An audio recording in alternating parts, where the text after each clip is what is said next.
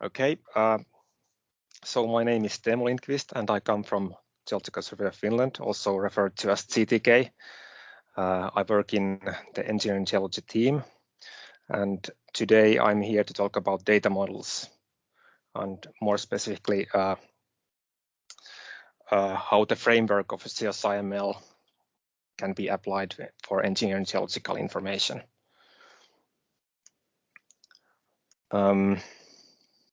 The work presented in this presentation, it's work in progress by GTK, but I try to be as clear as I can.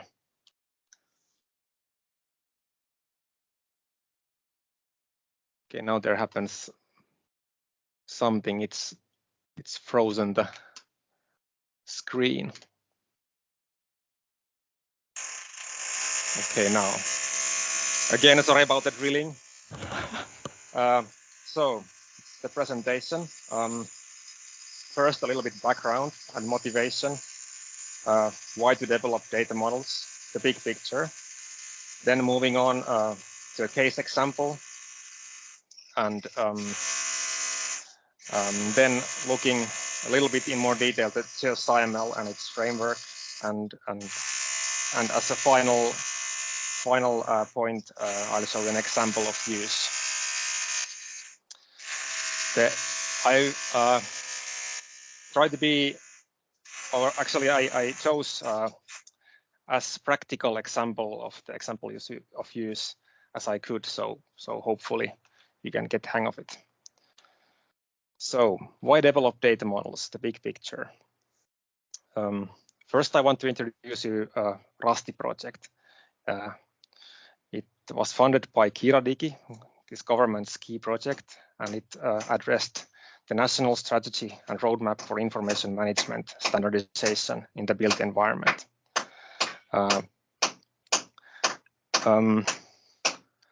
It was highlighted in the Rusty project that digitalization causes encounters between industries with the focus on urbanization. And if we look at the urban environment, the built environment, we have different industries that encounter themselves, and it's quite obvious. And when we discuss data interoperability, they just don't plug and play. So let's look a little bit more at the Rusty challenges, the identified challenges and aims.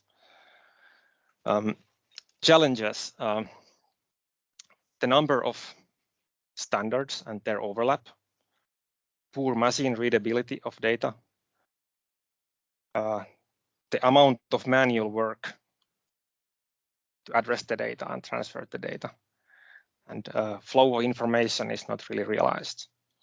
The aims, of course, leap in productivity. It has the potential of halving the cost of data management, and estimated annual savings potential 300 million euros. We won't go into details with these numbers and calculations behind them, but if you would like to see them better, you can go and check those links. So one of the outcomes of the Rusty project was the vision for 2030 that states the following: defined and regulated information flows through the full life cycle of the built environment. Operations are supported by interoperative information services and systems. Information sharing is based on open international standards. We'll come back to these open international standards in a moment. So moving into more focused area, the rock engineering information. There are plenty of engineering rock mass classification systems. Just to mention a few, like the RQD, Q system, rock mass rating, geological strength index, etc. There are multiple others. Just to show you a few. A typical task would be to log the drill cores and interpret zones of potentially unstable bedrock. If you're working in this field, you probably also know that these classification schemes, they are in well-established use. So also the same is stated by ISO 14689 standard, the geotechnical investigation and testing, identification, description, and classification of rock.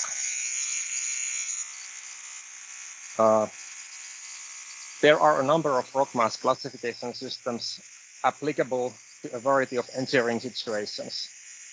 The state of rock mass should be determined whenever appropriate using one of these schemes, and the method used shall be reported. The selection of which system to use will depend on the geological situation and engineering project. Also stated by the ISO standard, these classification systems are in well-established use. However, if you dig in deeper to these classifications, they have not been developed from data modeling point of view.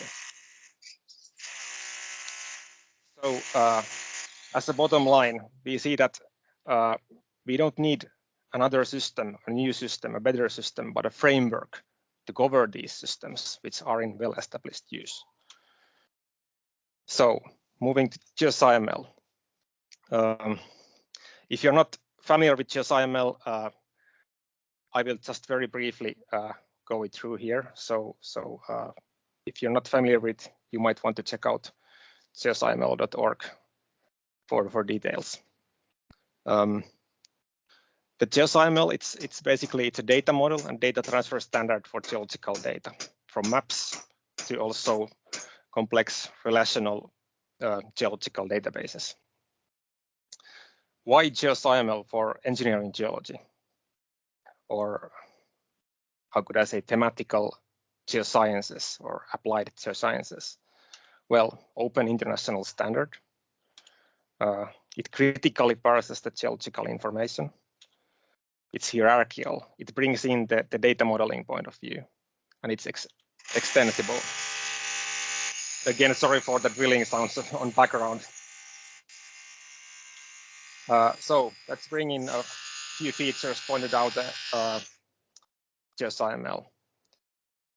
Basically, we have everything under the geologic feature. We have the units, we have the structures, which further have child objects of contact, foliation, fold, and shear displacement structure. Further, we have fracture and joint. So in GTK, we've had a lot of thinking that could we just use the framework of GeoSciML and extend it. And we are thinking to add engineering geologic unit. It could be geotechnical unit, it could be rock mechanical unit. It doesn't really matter. The point is that we can extend it. And here is a tentative list of engineering geologic unit types that we've been developing. For example, we can have structural unit, which have further narrower concepts of fracture unit, foliation unit. We can further have rock quality units, rock aggregate units, stress state units, more of this applied or more focused geoscience branch. So if we take rock quality unit, for example, here is our tentative definition for it.